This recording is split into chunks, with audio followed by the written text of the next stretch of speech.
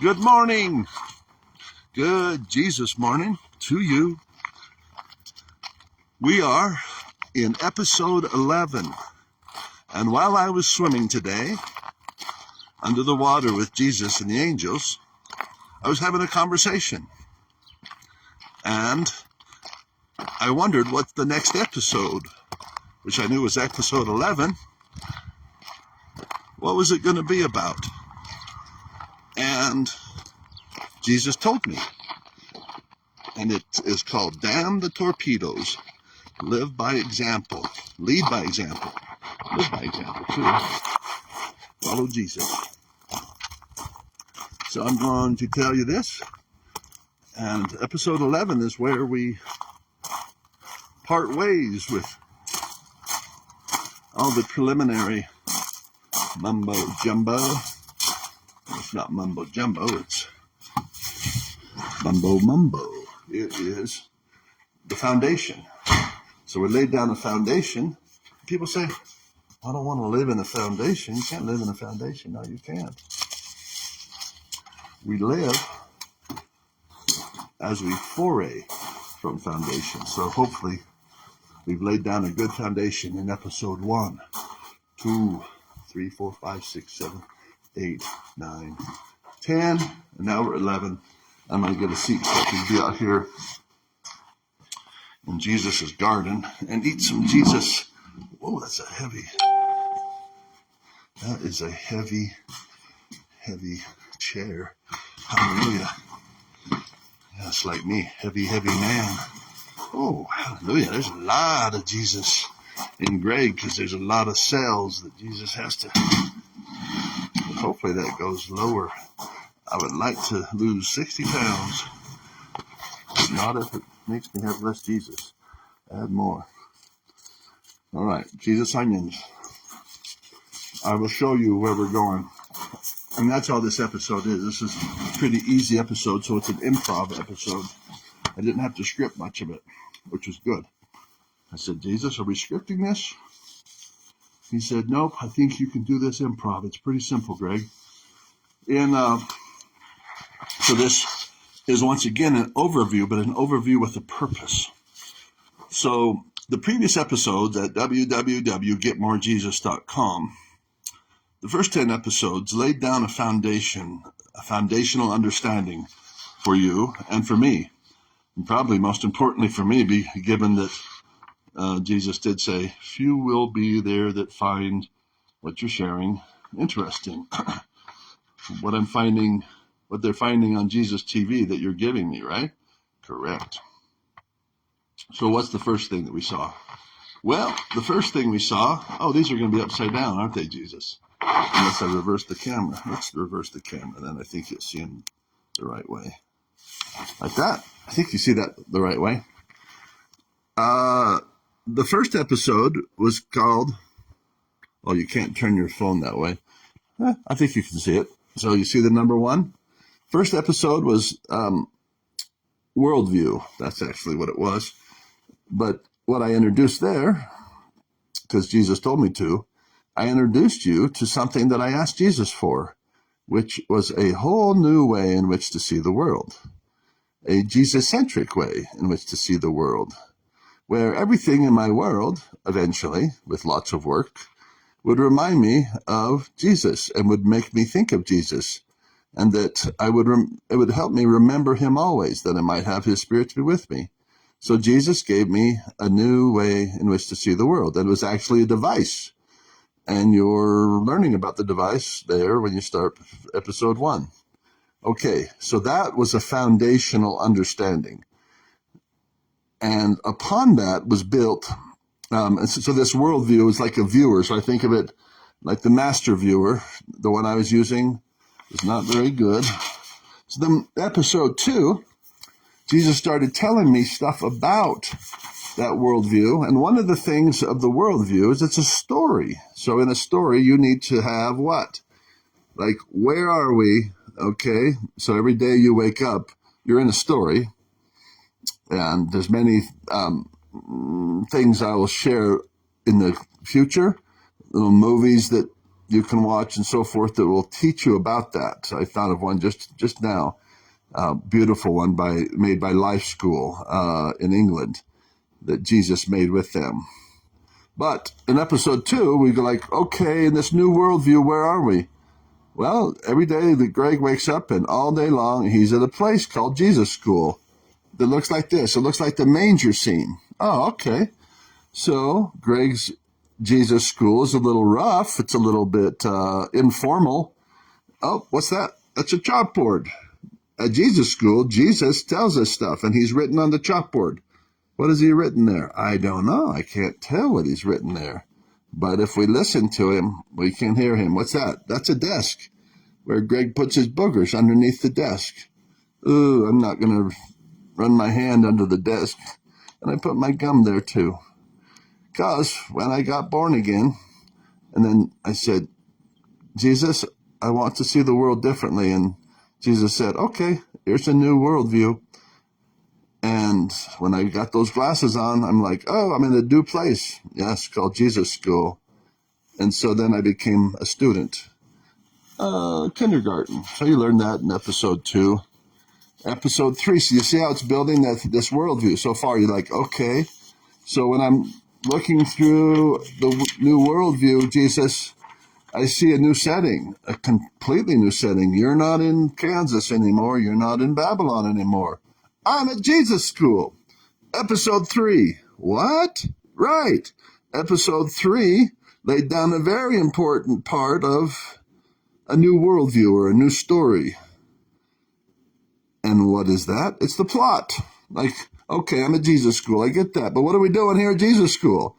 Well, you, Greg, have signed up for a specific major. So when you go to university, okay, and when you get a new worldview from the universe, the master of the universe in that university, which is kindergarten, he will give you something to major in, a plot for your life. And it wasn't Star Wars, sad to say. I'm not in Star Wars. Lord of the Rings, no. Well, what are you in? Oh, it's kind of like Captain Jack Sparrow. Oh, it's a treasure hunt. Greg is majoring in Jesus School in a treasure hunt. So what is he always, the classes he takes, what are they about? Treasure? What kind? Well, this box right here says hidden treasure. Right. So Jesus has me seek for hidden treasure. It's the kind that moth and rust cannot corrupt, nor can thieves steal. Why? Because they don't find any interest. They can't see it. They can't see the real treasure. They might think they see something. I see something and it looks stupid. You're calling this Jesus TV? I don't see any treasure. Well, it's hidden treasure. So you'd have to be very kind and patient. And as we learned today, Jesus would have to put a desire in your heart if you don't understand this. But Greg gets it. He's been in this school for quite a while. And what is he doing with Jesus again? And the angels all day, every day? Jesus treasure hunting. Okay. So those are 2 foundations. We have the setting, Jesus School. We have the plot. What would that be? The plot is what's going on. All right, well, how are you doing this? How do you hunt treasure? Oh, number 4, how? I'm glad you asked. How a map is the treasure. Oh, yeah, that's one of the episodes you'd have to watch to get that. But Jesus' treasure map. So when I wake up in the morning, I wake up to a treasure map. Jesus has written on my pillow, literally written on my pillow with my wife's hand, and it has a cross on there, and it has other symbols as well that remind me of Jesus. Remind me of what? To treasure Jesus. He is the hidden treasure. Okay, your pillow does that? Yes, my pillow is a treasure. It's a hidden treasure. Most people just say, I just have a pillow. Well, your pillow, that's a hidden treasure. Because that pillow is so many things. In my life, Jesus says, what does the shape of the pillow remind you of, Greg? I said, walkie-talkie, because I'm talking to him in our blanket fort. Me and Jesus are in a blanket fort, and he goes, what does this remind you of? That's like a big old cell phone, Jesus. Well, what about a walkie-talkie? Yeah, it's like a walkie-talkie. So you have your ear to that pillow, and I'll have my ear to this pillow. Say, hey, Jesus, what are we doing here? Oh, well, Greg, you're on Jesus TV. I'm on TV? Yeah, Jesus TV. It's a whole big network, and we're doing a program called Pluck Out My Eye. Woo! What is this rated? It's mostly G-rated, but sometimes it goes into PG and occasionally into R-rated material. Okay, we're doing this together? Yes, we are. And so the pillow becomes a hidden treasure. Well, in your mind, now you're understanding how treasure works. You can have gold pieces, and in your mind, that's a treasure. Yeah, but in other people's minds, it's a treasure too. No, it's actually not, but you haven't been trained very well. Most people don't care about gold. They care what gold can buy. Oh, well, of course. Anyways, I don't want to get into that next episode. If you've watched episode 1 through 10, you heard Jesus saying some pretty complex things that would allow you to see hidden treasure, or at least get you on the road. And there's the road. Hey, look at that. What's that? Well, a Jesus treasure map. What are those X's? Well, right there. That's called Breakfast with Jesus. That X is called Breakfast with Jesus. Well, it points to, it's a symbolic representation of a place I travel with Jesus. Oh, I see why we have a map. Okay, so you're showing us what again? The structure of a new Jesus worldview, which is a device. Okay, and this is part of that device? Yes. Do I have to make one of those? Well, if your name's Greg Muller, you do, because that's partly what you do. If you name somebody else, you probably don't. But he'll have you get your crayons and make something. I can almost guarantee you. Keep going down this road. And then in episode 5, what did we learn? Well, if you're at school, what do we have at school? We have ass. No, we have assignment. Assignment 1. We have an assignment 1. It's the only assignment, as you learned in episode 5.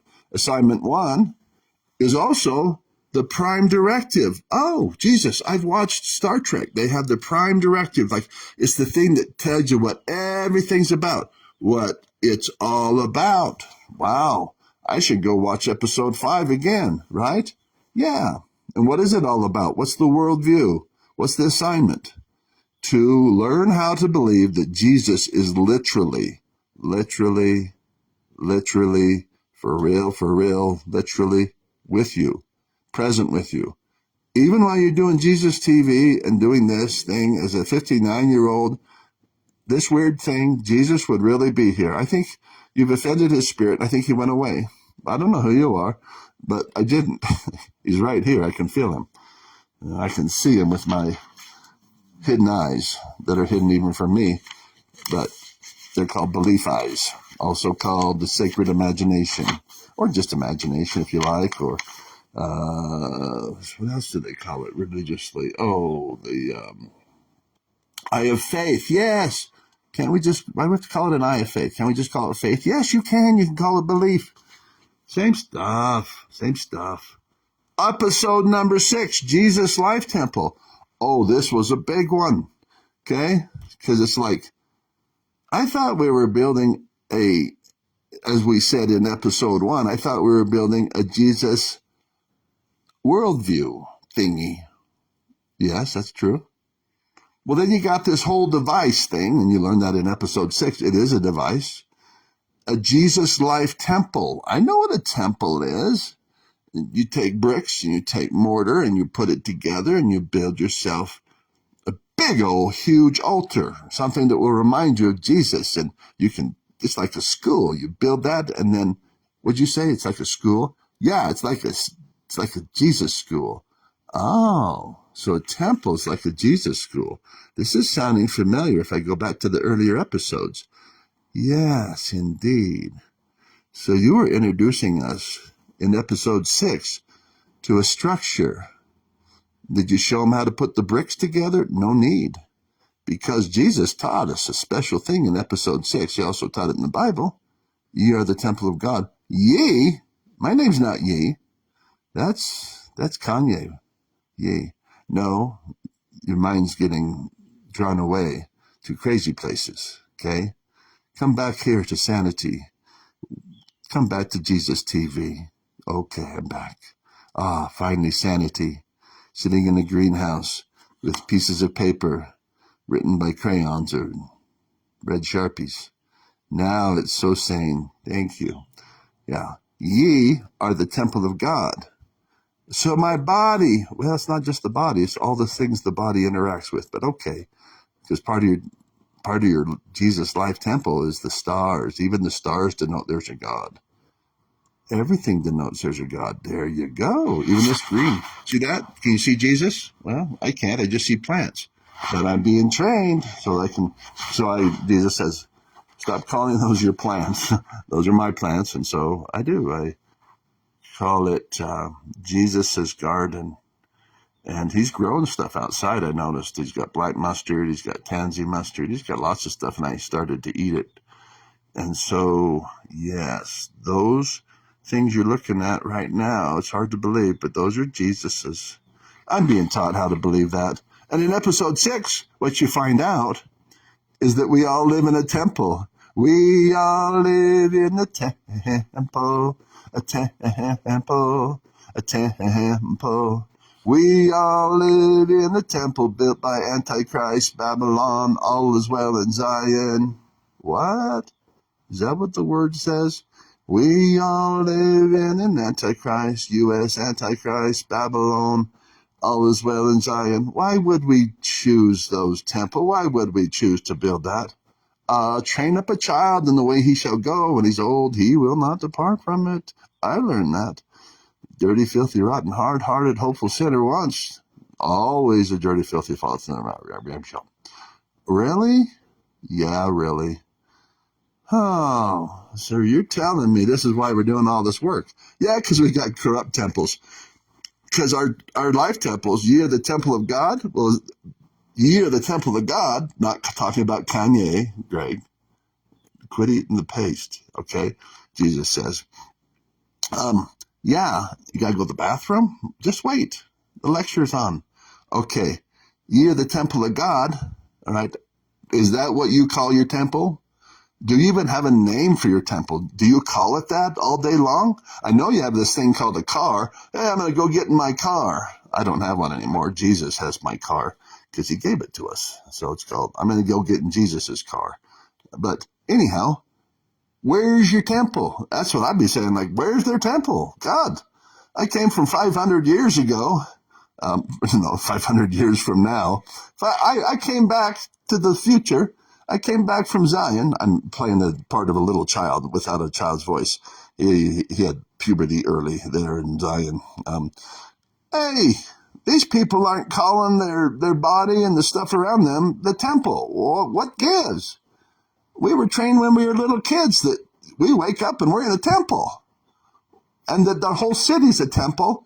And that we're a temple. It's kind of confusing, I have to admit, but there's these movies we watch. One of them is called Jesus TV, and there's this freak from 2022, and he's telling us about this stuff, and it's kind of fun. It's weird. I mean, he was dirty. He was dirty, filthy, rotten, hard-hearted, hopeful sinner, and he always say that. But yeah, and when we went back there, we tried to see is there other videos, and no one was talking about this stuff. Ye are the temple. Oh, they all saw it. They draw it near with their lips, but they called cars. They didn't call their lives temples. We're walking around temple. What are you doing today? Oh, I'm in temple or Jesus school. Call it what you want. No. Somehow the language began to change.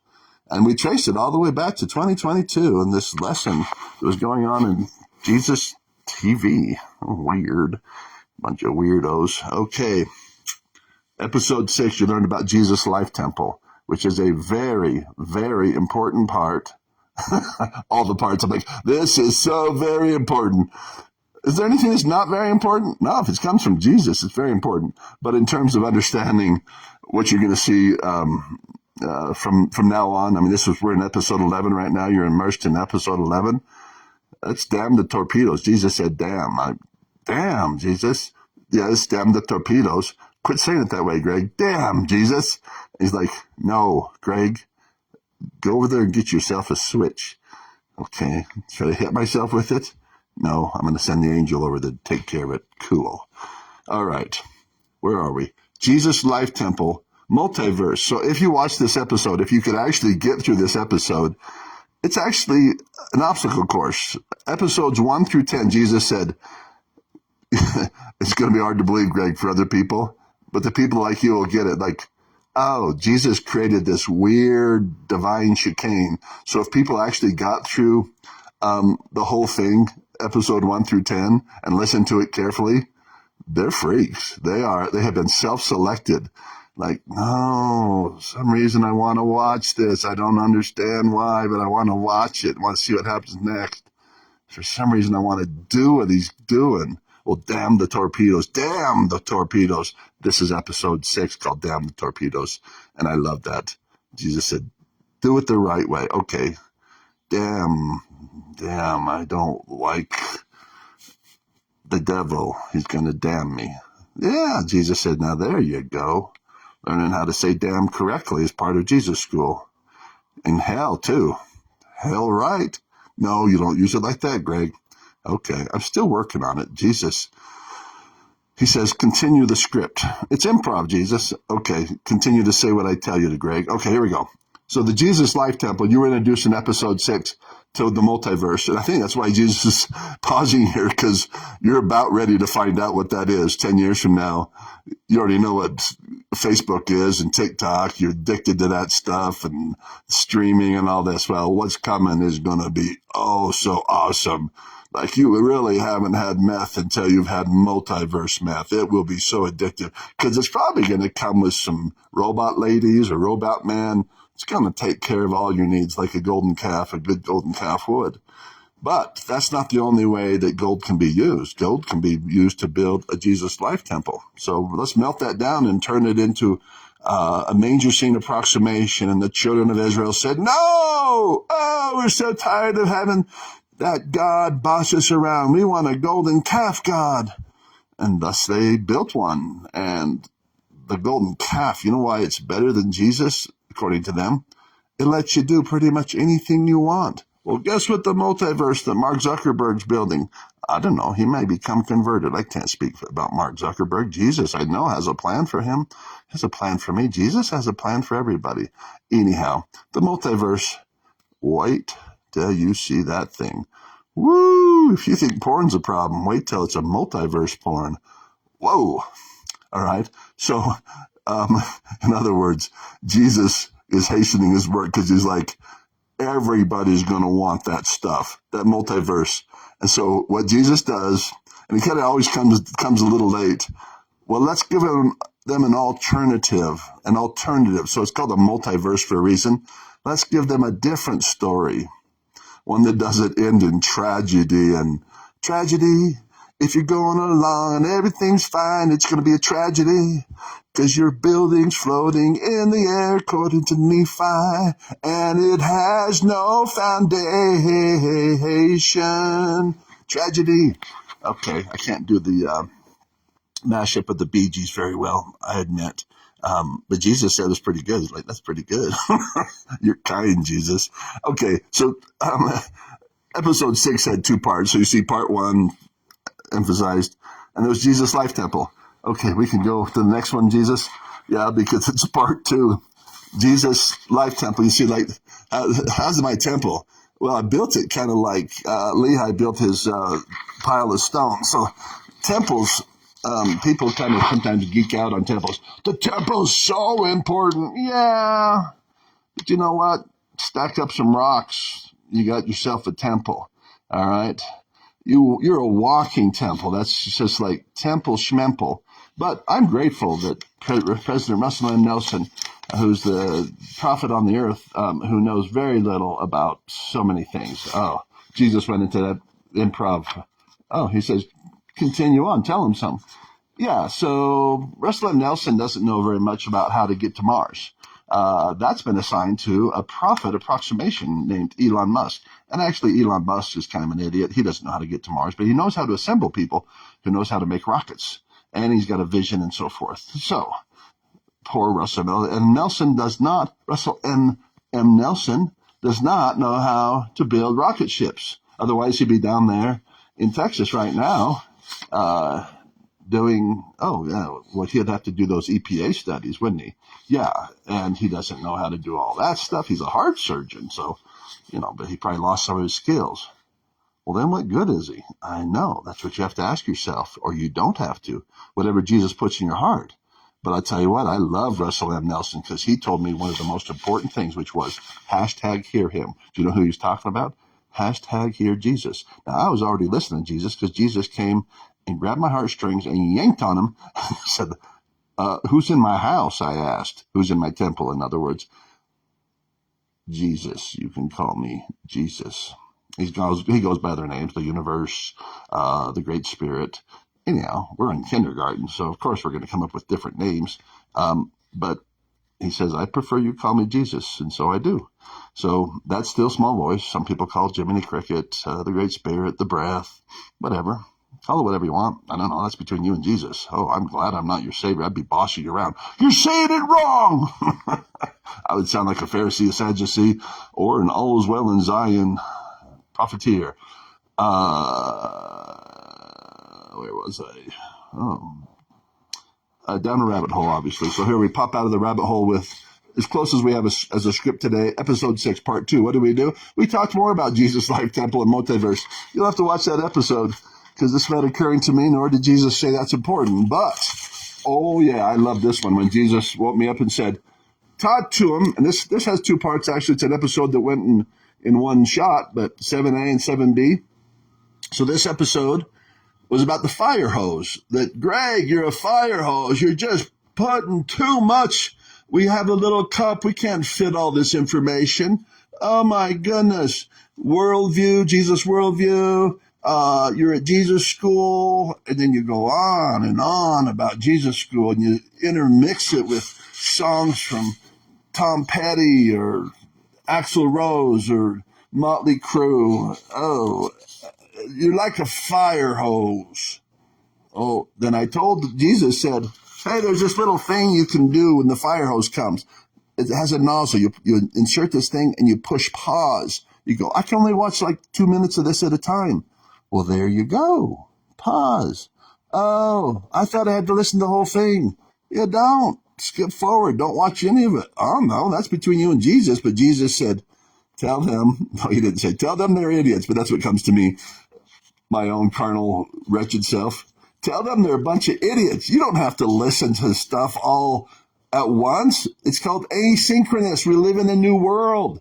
This stuff like, I'm not going to listen to your stuff unless you do it in 2-minute sound bites or TikTok. Give it to me in 30 seconds. And if I can't digest it in 30 seconds, well, I'd say, just run it for 30 seconds and then pause it. Oh, I could do that, couldn't I? It's a miracle. Yeah, that was what 7A was about. And it was actually for me, probably more than anybody else. They know they can pause things. But it was like Jesus was saying, son, just continue. Quit worrying about, am I going too long? This is Jesus TV. All right. Mr. Rogers, people are like, is he going to just keep going on talking about King Friday and how to make toothpaste? Goodness. You couldn't fast forward the guy, right? You had to sit there and listen to his little jawing. Well, I liked Mr. Rogers, so I sat and watched how to make toothpaste, and where he said, do you think when they're making toothpaste that they think about you and say, I wonder who's going to use this toothpaste? Yeah. And so that was Mr. Rogers. And it's like Mr. Rogers acting like we have all the time in the world. Yeah, that's a whole new worldview, isn't it?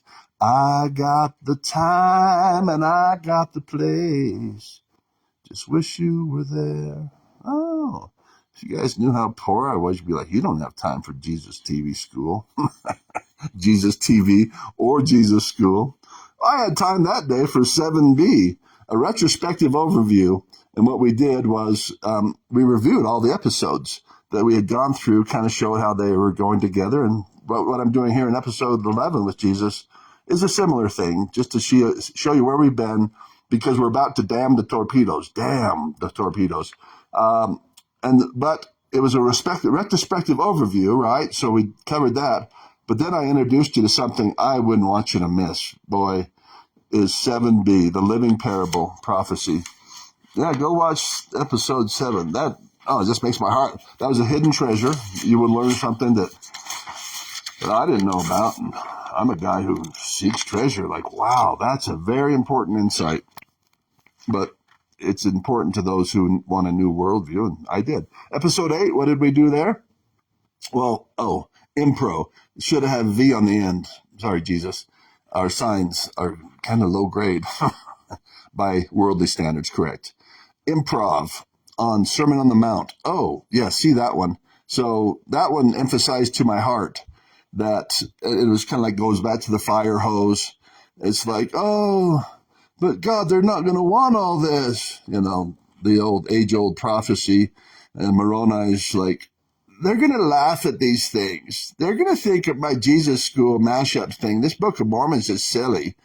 And I think that some people are going to call it chloroform in print. Thank you very much, Huckleberry Finn Writer. And that's what he called it, the most correct book on earth. And Jesus said, fools mock, but they shall mourn, because they're going to be stuck with crappy master viewer that's just going to play the same thing again and again, blah, blah, blah. Welcome to Babylon. It's what the devil specializes in, comfortably numb. Safe, though. Yeah, you feel safe floating around in your tallest and spacious building till Jesus says, time to wake up. I don't want to wake up. Anyhow, so Jesus says, yeah, you're not going to be popular like I was. No, you are going to be popular like I was. You know, here's the 5,000 or whatever. Boom. Jesus is up here talking. All right. So Jesus is willing to leave the 99 to go find the one. Who you up there with, Jesus?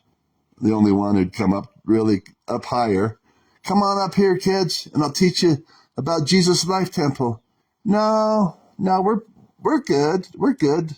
We're down here geeking on Roman culture and geeking on our old, what we inherited culture from the law of Moses. No, we're good. We're like the children of Israel, which 80% of them stayed in Egypt. We're good. We're just geeking on. It's like, well, who are the freaks that will follow that guy? Oh, my imaginary friend who's real, who will follow him like in a big way? Well, I think that would be the number one. 99? 99 are good. And Jesus loves the 99, by the way. He wants me to emphasize, I love the 99. Oh, absolutely.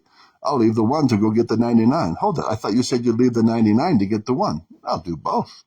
I'm Jesus. I can do all kinds of things. So he does. But he's telling me, Greg, by the time they get to episode 8, if they've watched all the episodes, believe me, Greg, you are alone. You are alone with the 1 or the 2 or the 10 or the 1,000, but very few. Few be there that find it who say, I need a Jesus Life Temple. I need a new worldview, a complete worldview. And I need it long before Mark Zuckerberg decides to build it, because I know that those are going to be built crappy, not Jesus-centric. So I'm willing to do the work. And in episode 9, that's why I'm watching episode 9. What is he going to say? Groundhog Day. He's going to say that I have a Groundhog Day. Yeah, we all do. So in number 9, you get to watch a trailer or the whole movie. I suggest you watch the whole movie, but it doesn't matter. The trailer will do, so you realize that now it is called today. And guess what day it is? Play it again, Sam, so you learn like we just keep repeating. Our day, again and again and again, which is a curse, which is a blessing. Why is it a curse? Because it's just comfortably numb. We just get used to what we like. This is what we like to do. This is what we have for breakfast. Just eat. And even if it's not nutritious, we'll just keep eating the same. Why? Because that's what mommy fed us. And we were comfortable. Oh, we love mommy. Play the mommy song. I can't remember this, but we're stressed, right? There's some kind of song like that. I can't sing it right now because I haven't learned it, but I love that song. It's a new popular song where you just wanted your mommy to take care of you. Let's just feed you the same thing. But Jesus is about change. So Groundhog Day follows Bill Murray's character, Phil, and you learn that Phil figures out how to change his worldview. Jesus does something magical in that movie, and it's what he's been doing to me. He's like, you see how this thing just keeps repeating? Yes, it's inane. And he says, that can be changed if you'll turn your heart towards me, which I have. And then he says, and it's going to be a bit of work. I'm like, it's already work, God, just living through these cycles. So you spin me right round, baby, right round like a record. Who does? This earth. God set it up. He set up this awesome thing called the day, the 24-hour day. And it repeats and it repeats. But then in episode 10, wow, it got a little more complicated, where we realize that it doesn't just repeat, but it repeats in scenes. There's one scene, there's another scene. I think of these like, what are those? Chairs? Could be chairs, could be containers. But there's these scenes, and that's how we actually live out our life. Let me show my face. Somebody wants to see my face. Look at that. Yeah. There's scenes that we live again and again and again. And that's how we will live them. Train up a child the way he shall go. And when he's old, he will play the scene, like the wake-up scene, pretty much the way he did when he's a kid. What do you mean, play the scene? We just wake up.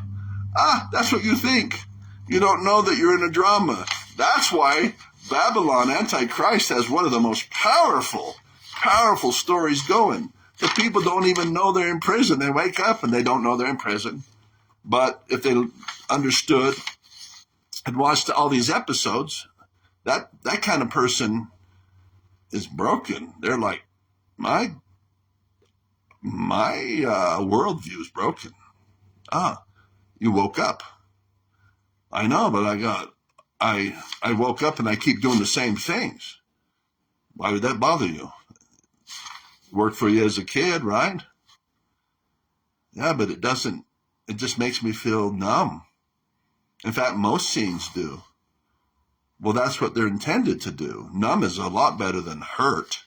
Okay, if you're hurting, what you need to do is get to numb. Really? Yeah, you need to do some stuff so you can get numb. Numb. Numb. All right? You're being fed by the devil, but he likes it. Numb. Why does he like numb? Because he knows if you can keep going numb, you're going to hate what comes after you die. Numb. Oh, it's not numb anymore. Why? Because I didn't eat Jesus? Ouch. That's all I can describe is it's going to be ouch. I wish I had not been numb. Because God doesn't like numb. He likes cold. I hate God. I hate him so bad. Jesus likes that a whole lot better than numb. Nah, I'm good. Want some more Jesus? Nah, I'm full. Well, I got some more Jesus for you. Nothing, I just serve it up. It's called Jesus TV. No, I got a better TV. It's smarter. Oh, what you watching? MSNBC? Fox News? Well, those are a lot better. They will make you feel numb. They will also lead you to view the thing that's going to happen in the 2020s as not a nice smell. What's that smell? Jesus just sent the earth a big load of love. He took his big fan and sent it. No, you'll say, I think it wasn't J that hit the fan. It was S, and it'll smell like, and I can't say it at Jesus school, SHIT. Oh, I can spell it. Jesus says, go ahead, spell it. These guys know how to spell. You guys are awesome. Yeah, it'll smell like that. But it's because it's actually Jesus' love. He's going to wake up his kids or kill them. He's okay with death. I'm going to die. Jesus is like, yeah, I'm going to totally kill you. I'm going to let you die, whatever. I don't know how he does that. But yeah, and I want to. Like, thank you, Jesus, as soon as possible. All right. Nonetheless, these tools that you're being shared with episode 1, 2, 3, 4, 5, 6, 7, 8, 9, and 10 are tools that Jesus has been using to wake me up in a deep way. And so the 10th one actually caps it off. So that's why the next one right here, you see, damn the torpedoes. Damn the torpedoes. Right there, we're going to say damn. We can say it all together. Memory Palace. Okay, so that one finished it off. It got us down to the level of the scene. And that's what you need to be so that you can change your scenes one at a time. And it'll explain that it's a dynamic memory container. So it ultimately, to skip over the jargon and the technical things, is that ultimately repentance or getting closer to Jesus, it's also called, is a process of changing your memories. You're going to change my memories? What kind of cult is this? Just like your Antichrist cult, that when you were a little child, you caught a fleeting glimpse, I know you did, out of the corner of your eye, of Jesus. But your childhood was taken away, sister and brother. You were colonized by a deep, dark force, and you lost your innocence, is what it's called. You forgot how to be like a little child again. Sad, sad, sad, sad. And so Jesus says, except ye give your life up for my sake, you shall not find it. Except you're as little children, you don't get to see the hidden kingdoms. And they're available right here. You don't have to get rid of this mortal thing. They're available. They're hidden, though. And so I see Anson on there. Yeah, Anson's starting to see them. I see them. I'm starting to. And you see them. They're kind of like iffy. Is that really? It's kind of like drinking coffee and like, oh, God. Is that really good? And then you have somebody there reinforcing, yeah, stick some sugar, num-num. I like to call it num-num. Stick some sugar. Yeah, that's good. You know, keep at it. Keep at it. So you have to do these same things with Jesus stuff. You think you're just going to go, I've never gone to church. I'm going to go to church. It's going to be a wild time. You better not go to Church of Jesus Christ of Latter-day Saints. That's the only true church upon the face of the earth. That's a lot of Jesus, and that's a lot to handle. Doctrine and Covenants 129, was it, Lord, or 130? Wow, I'm forgetting. I need to go back there.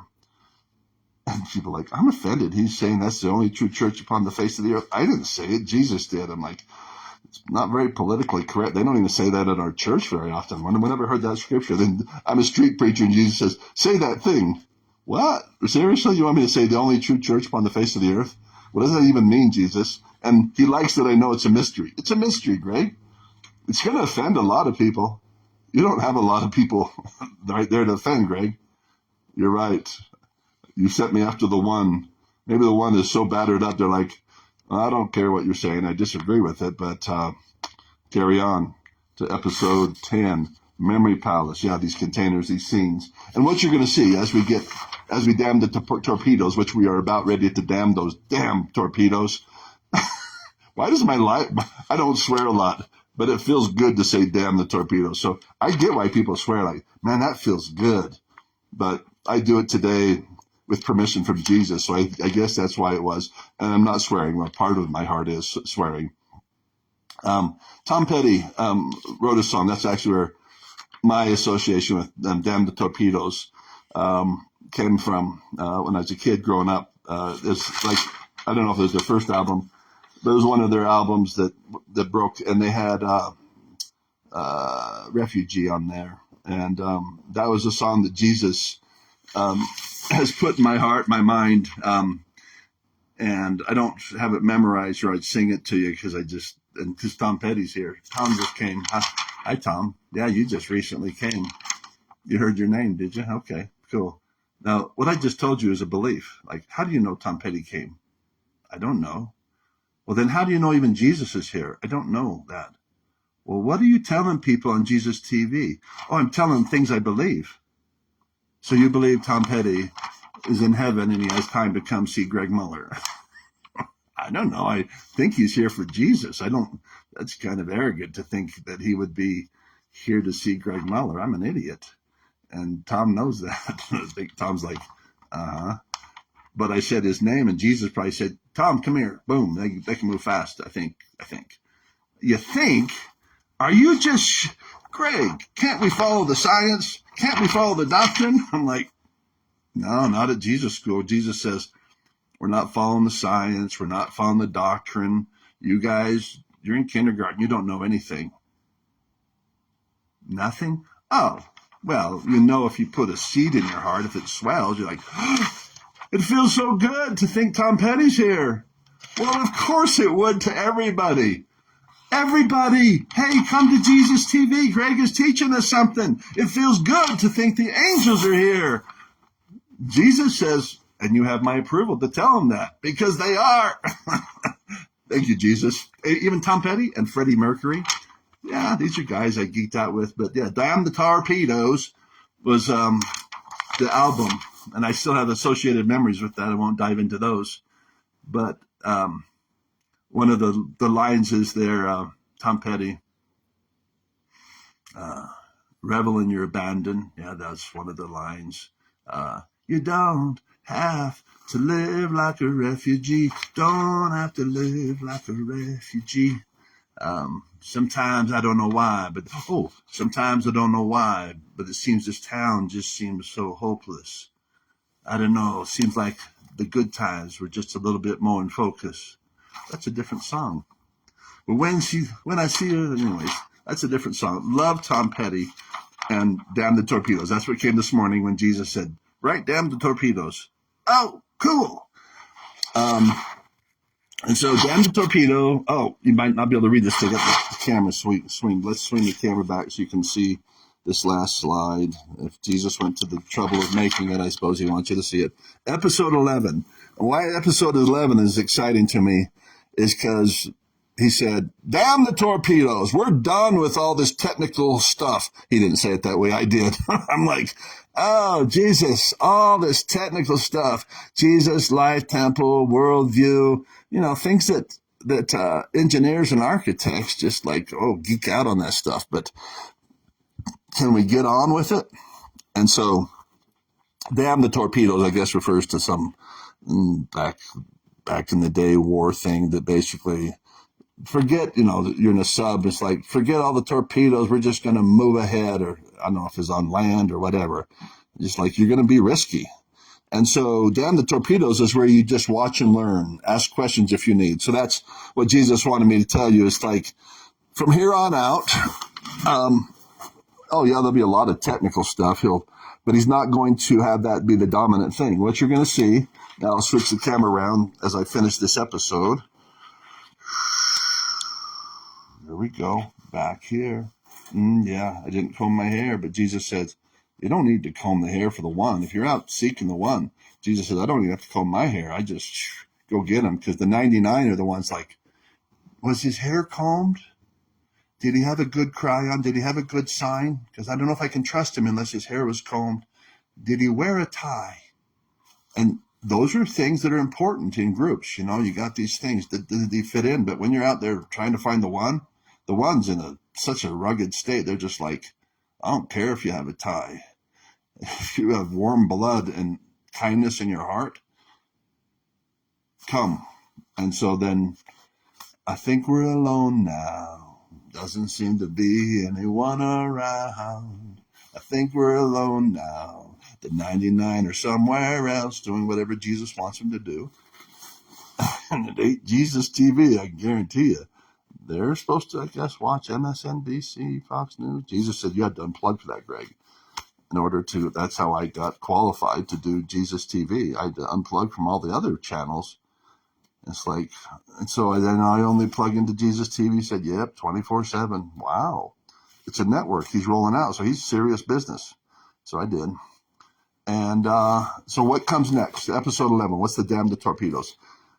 So then in the following episodes that you're going to see, Jesus said, tell them they're not going to be in order. So I guess they're not going to be in order. If they were in order, that I know where it would start, and it might start there. Episode 12 might be Greg waking with Jesus and the angels. That's the scene. So if you were watching the Bill Murray movie Groundhog Day, the first scene, of note is Bill Murray waking up at 6 a.m. with the clock, and that's scene one. That's that compartment. It's a memory compartment. And Bill Murray literally had to memorize lines that went with that scene so that he could do that scene again and again. And that's what actors and actresses do. Well, that's what Jesus has people who are interested in a new worldview. So Bill Murray was waking up differently than he normally does as Bill Murray. But he was playing this character called Phil.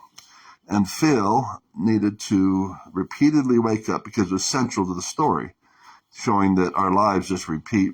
And he was caught in this hell. It was num.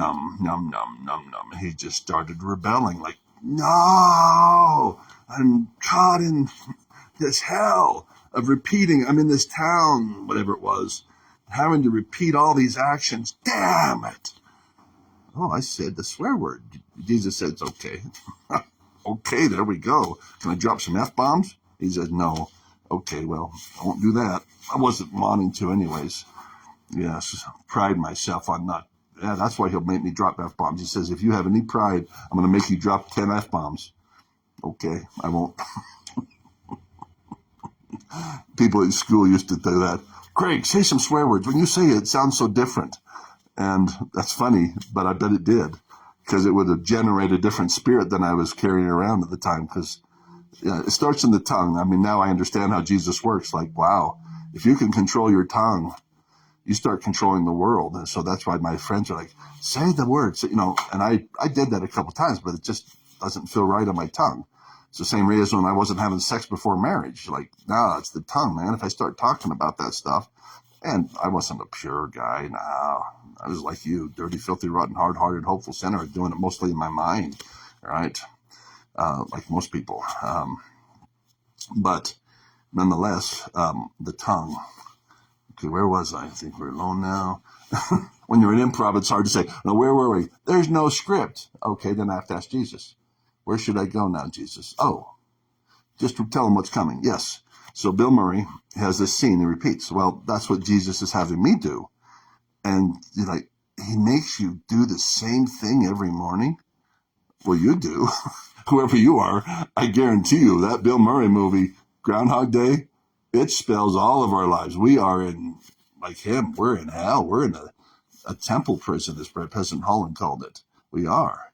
And it's a num. I received this very well. Let's just wake up like I always did as a kid, and with some adult beverages. Okay, go do the coffee. Yeah, let's just do everything like they do it in Babylon, and then all is well. Right, because we've obviously built this thing with our parents. We're building on the shoulders of giants, and they obviously were really, really big on Jesus. Oh, huge on Jesus. Oh, yeah, they were.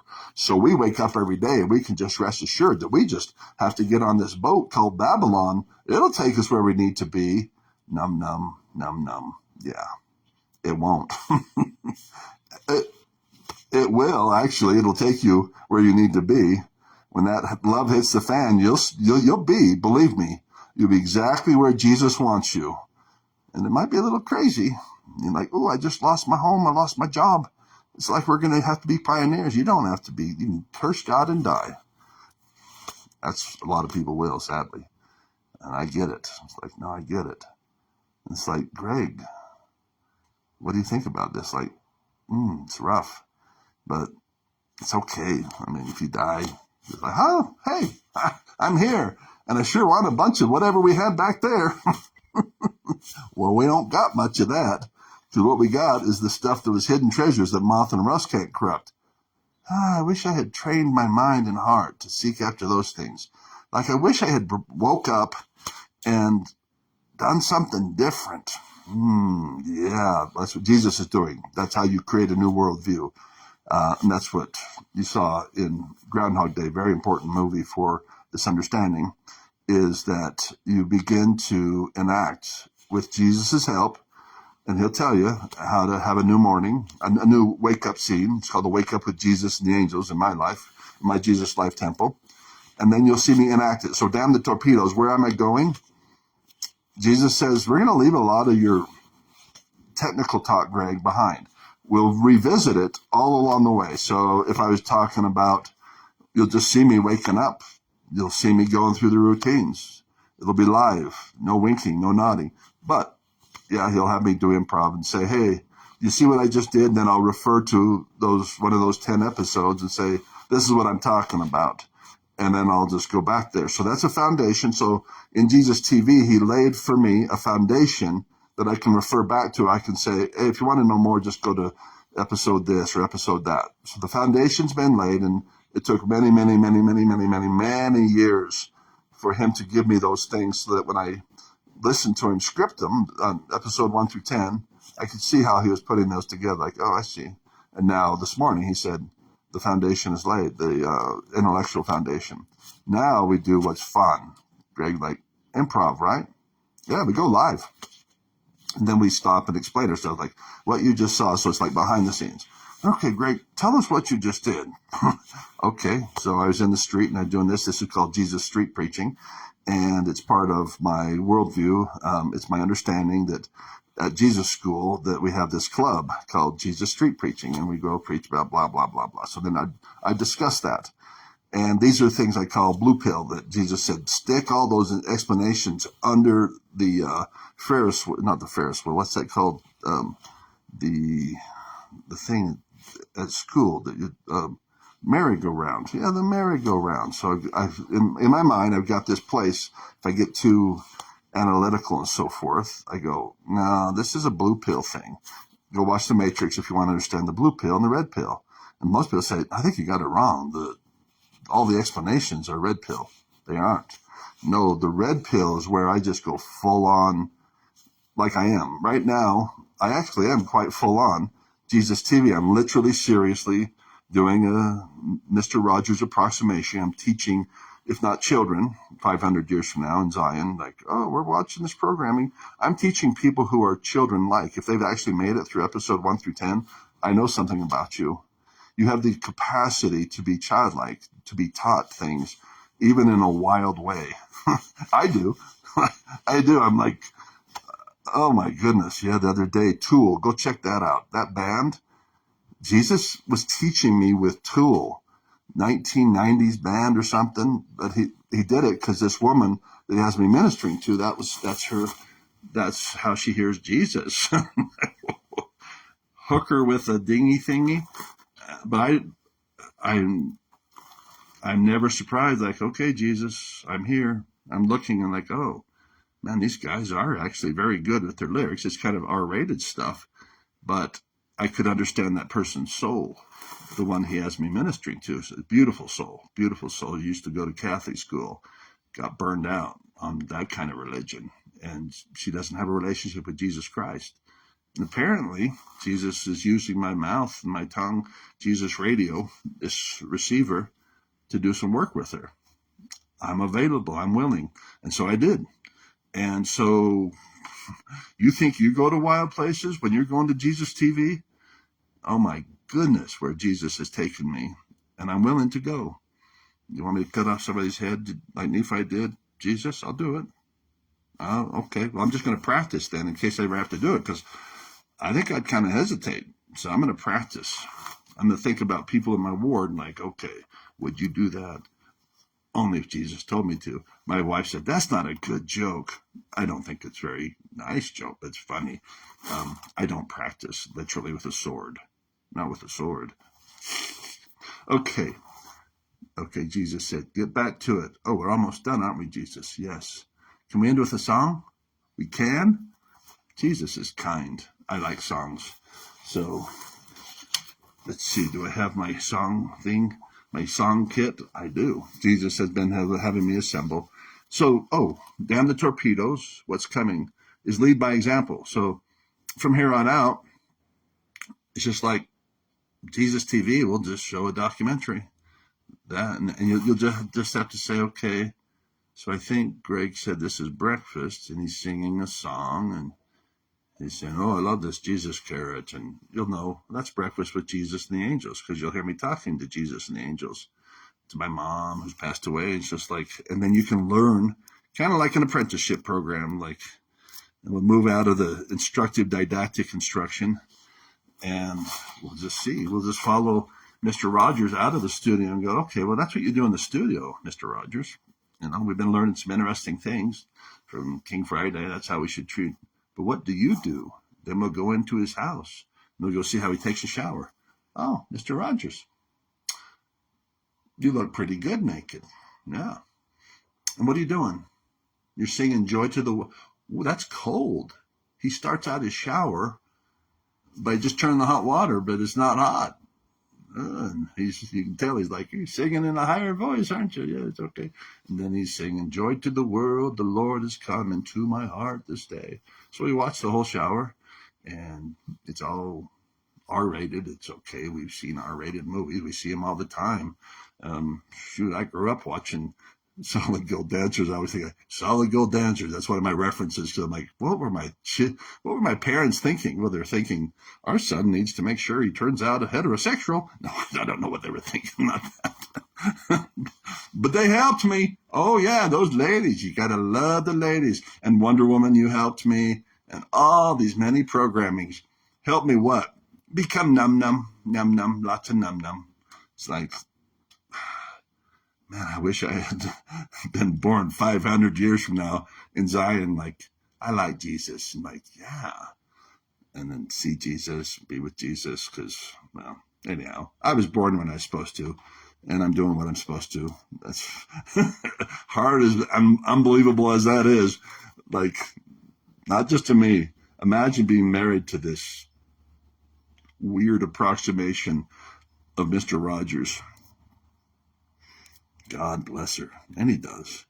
He does. Oh, I want to sing that one. This is a recent one. Oh, but I like that one too. Yeah, it's between the Willie Nelson song and the Motley Crue, but Motley Crue, you won out. Motley Crue, you won out today.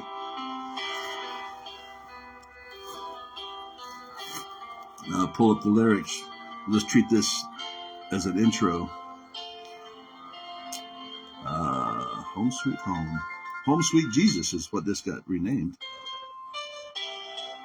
All right, we'll do the intro again on that. Oh, yeah, that feels good, Jesus. Wow. See, this is a hidden treasure. How many people in the world do you think know the Jesus lyrics to this? When you talk about hidden treasures, how many actually know and were in the playground when Jesus started humming this tune? And I took notes. I don't know how many others did. I mean, I might be surprised. He says you're going to meet people, so they may have the exact same lyrics, or they may have different ones. I'll be like, oh, I like yours better. Or also, and Jesus does say that there'll come a day, Greg, when other people eavesdrop on me, and they'll come with different ones. I'll send different ones. So I'll have options. That'll be awesome. Options are power. But right now, I am very content to listen to Jesus, eavesdrops on Jesus, but this is an example of hidden treasure. I really do treasure these. I treasured it when Jesus and Motley Crue were writing those together during the time, I guess Tommy and whatever his girlfriend back then were shooting those nasty films. But hey, perfectly fine if you're interested in the lower kingdoms. Celestial kingdoms. Yeah, I hope, Tommy, you can make some good choices. But I'm not your savior, Tommy, but you did a good song here. Here we go. Jesus, I dream now with my heart and soul. I didn't before. I had to pluck out my eye. That's what this TV program's called. So I wouldn't miss your show. And here we go. Jesus, I dream now with my heart and soul. I had to pluck out my eye so that I wouldn't miss your show. I know I once was blind, but now you help me see. I was in chains then. You came, Jesus, you rescued me. You came into my heart. I feel you in my bones. You are the way that I can get off this long and winding road. You are the way, Jesus, the way, home sweet home. Your light, Jesus, your light, it shows the way, home sweet home. You know that I've seen too many satanic dreams up in lights falling off the silver screen. My mind was a messy book full of a lot of worthy screed, written by fools who have no Jesus dreams. You are the way, Jesus, the way, home sweet home. Your light, Jesus, your light, it sets me free, home sweet home.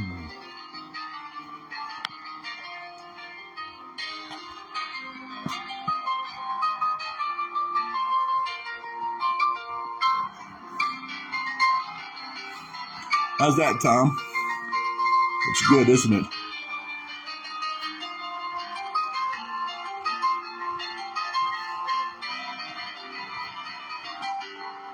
You would do it in kind of a country style, wouldn't you?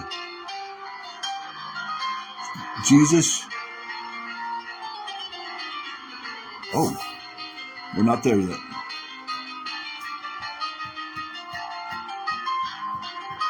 We're going to do some more Tom Petty songs, I think.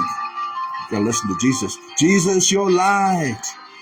Jesus, your light. Home, sweet home. Jesus, you are the way.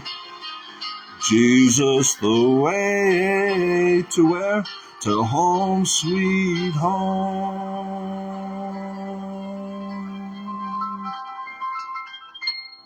And then I like the reprise they've done here.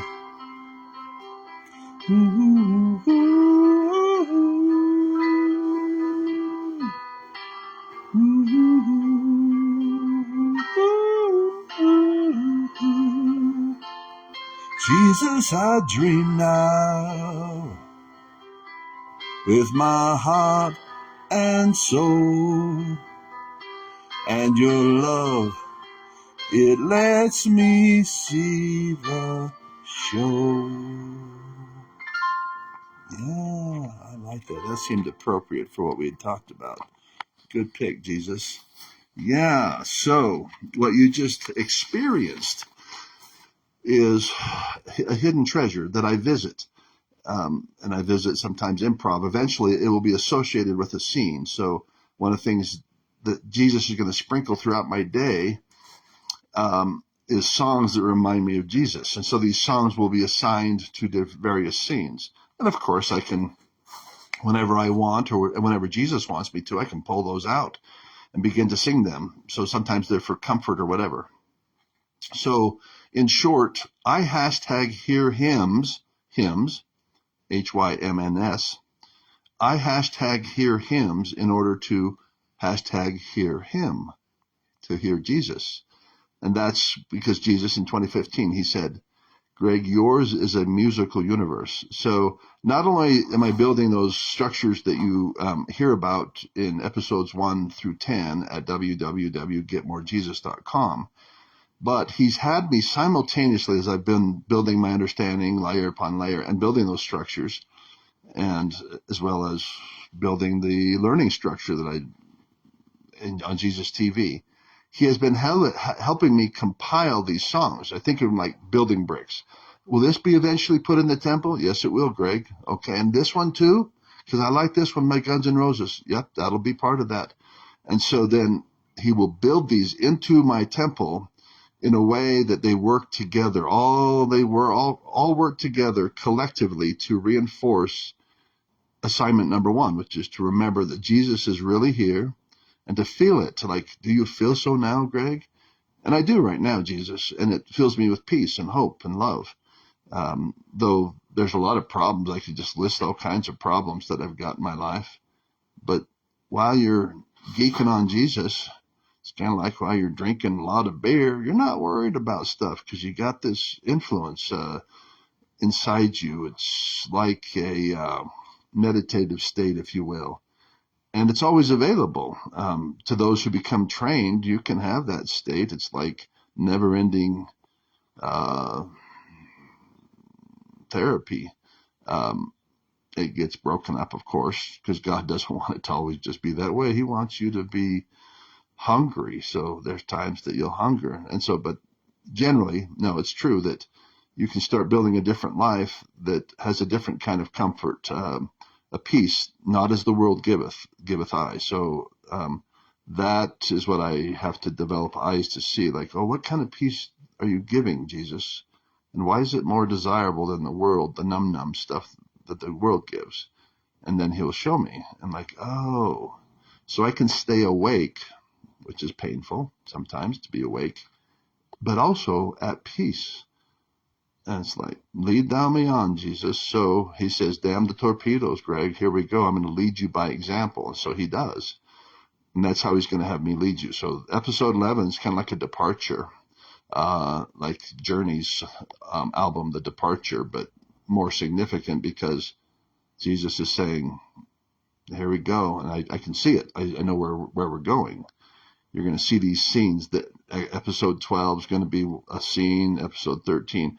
Episode 100 might be what episode 14 was. Like, hey, then we did Jesus waking scene. In episode 100, we're just doing it again. We got better at it. And so you'll see this development over time. That's what people will see. And they'll go, oh, you know, one of the things I learned, go back to episode 12 and see that. You'll see that Greg wasn't very good at this. And so it's like going back and seeing your bandmates and say, you know, Sting and the Police, if you saw them when they first started getting ready to make a big sweaty wad of cash, they were crappy. And they said, oh, we sounded crappy. Yeah. It's because you weren't practiced, because you guys weren't practicing. It's like we don't practice loving on God. It's like I didn't. Like, I mean, seriously loving on him like you Twitter-pated person. Like, oh, no. Like, I didn't even know we were supposed to. Love him with all your might, mind, and strength. Does that ring a bell? Come on, let's go find something that you love with all your might, mind, and strength. And I'll show you. Oh, well, yeah. But he's Jesus. Seriously? Love him like that? Love him like that? I wouldn't know how. No. He's an imaginary friend who's real, like, who's Jesus, and he's got God. Only he could show you how. Greg can't show you how to do that. Greg just like, follow the good shepherd. He'll show you. But the good shepherd, when he starts doing these things, sometimes he'll say, hey, let's make a Bible, because I think a lot of people might, I'm just sharing this for you right now, but I think other people can use this too. And then they will. They'll use an approximation of it. Some people don't even read the Bible, and they still get close to Jesus. So it's not what everybody has to do, but it's what some people have to do. And so my scripture reading for a deep Christian is probably what you'd call pretty moderate. Jesus he goes, yeah, let's do the scriptures. I'm like, oh, that's how I learn best, Jesus, is just doing. So let's act like I'm Nephi. Yeah, but an approximation of that. All right. And so then that's what I do. And that works for me. And so Jesus is so kind. He will come to whoever you are, wherever you are, and do a thing with you to show you how to love him with all your might, mind, and strength. And I'm not there. Oh, I'm not even close, but I see it. Like, I see what you want to have me do. Okay, I don't know how to do that. And he goes, just follow. Just do what I say. He says, pick up that Sharpie today. Okay. Why is Greg doing that? Because I love Jesus. The same reason I went to church. I don't like church, but I love Jesus. And Jesus is at church, so I'm going there. How do you know he's at church? Oh, he says 2 or more gathered. I believe him. You're doing this all based on belief? Oh, yeah, the whole thing. Jesus radio, Jesus TV, all of life. I'm not blessed with great knowledge. No, I'm blessed with some knowledge here and there that just keeps me going. I'm running on belief, but they get stronger and stronger. And you know what people do who have a strong belief? They'll die for the belief. Hallelujah. They will. Shoot, there's people who believe in booze, and they'll love it because they've experienced it, and they know they're killing themselves, whatever it is. I don't know. Do we got alcoholics out there, Jesus? Because he keeps having me come back. But I learned a lot, like I said in another episode, so I don't care. Do what you want with this tongue. And he will. And he does. So I'm willing to do that. And I will go on with I'm looking forward to the next episode. Like, what's it going to be? I don't know. I'm looking forward, like, one of the audience members, like, what are you going to do next, Jesus? What's Fred Rogers going to do next? What's he doing? This was interesting. He learned how toothpaste was made. Kinda. I don't know if I could make toothpaste, but he said we're going to learn how toothpaste is made. I don't feel like I know how toothpaste is made. Oh, I'd have to go to a toothpaste factory. Yeah. Okay, well, damn the torpedoes. Let's go to the toothpaste factory. Or if there's a different one, okay, I don't know, toothpaste. What about bubble gum? That'll rot my teeth. Okay, well, Jesus says we're just going to do whatever he says. I like that, Jesus, as long as I can believe you're here. Thanks, Tom Petty. Tom Petty's left. He's like, well, the music's done. I'll be singing some of your songs. Don't have to live like a refugee. You just burn away. Anyway, that's okay. Love you, Tom. Thank you for channeling Jesus during my youth. Don't have a wasted life. I love you too much. Ow, ow, ow. Ow, ow, ow. Ow, ow, ow. That was one of his songs. It's a B-side song. I think that's the last song, wasn't it? Is that Damn the Port Torpedoes? I think it may have been, but Jesus was able to talk to me with that one and keep me in the kind of straight and narrow. It's like, yeah, I don't want to have a wasted life. And so, yeah, I got quite a bit of Jesus, but now I once was lost. Now I'm found. Like, I'm getting more, but I still recognize got a long ways to go, but I'm fine. I'm full of hope in Christ because he showed me the way, and he's given me a project that makes me focus on Jesus. What's that project? Jesus TV, Jesus radio, Jesus street preaching. Where does it end, Lord? The whole culture. I'm going to be creating this whole culture? No, Jesus is, but he signed me up for a lot of things. I just went over to the board in Jesus school, like, I'll sign up for that, yeah. Put me down for that club. Yep, one of those clubs. And Jesus says, oh, and you got to start that club. What? I signed up for it. Well, I know. But because your name is on the top of the list, I'm just going to have you just start that club. So Zion Food Club. So right now, out in front of my house, there's a whole bunch of food that was donated. And Jesus says, Jesus Food Club. And I'm like, did I sign up for that? Did I actually write that down? He said, no, I put your name down. I knew you'd like it. Okay, we're friends, Jesus. I trust you. And so Zion Food Club. And then he told me, it's going to expand, you know that. It's not just going to be food. People need food, clothing, shelter, tools, somebody to love. I'm like, are we going to start a dating service that I don't know about? I guess we'll see. That should be an episode showing Greg at the dating service, hooking up people together, Jesus people. Jesus person looking for another Jesus person. This Jesus person says, if you have not watched all of episode 1, 2 through 10 and Damn the Torpedoes, episode 11, I will not marry you. Used to be, you have to go on a mission. They're like, no, I want you to watch episode 1 through 11 of Pluck Out My Eye. I'm going to make sure your eye's plucked out and you got a little kid's eye. And then we can go on our first date. So Jesus might use it like that. That might be a part of our dating thing. I think it might be. It's like, watch that. And then on our first date, we're going to sing, you choose the song. So they choose a new Jesus hymn. And then I arrange it with them and they get married. They get married on Jesus Street Preaching. Maybe Jesus has me do the marriage. I get online and get one of those ministry things. Yeah, that's what I got. Jesus food. Jesus food and a lot of ordering.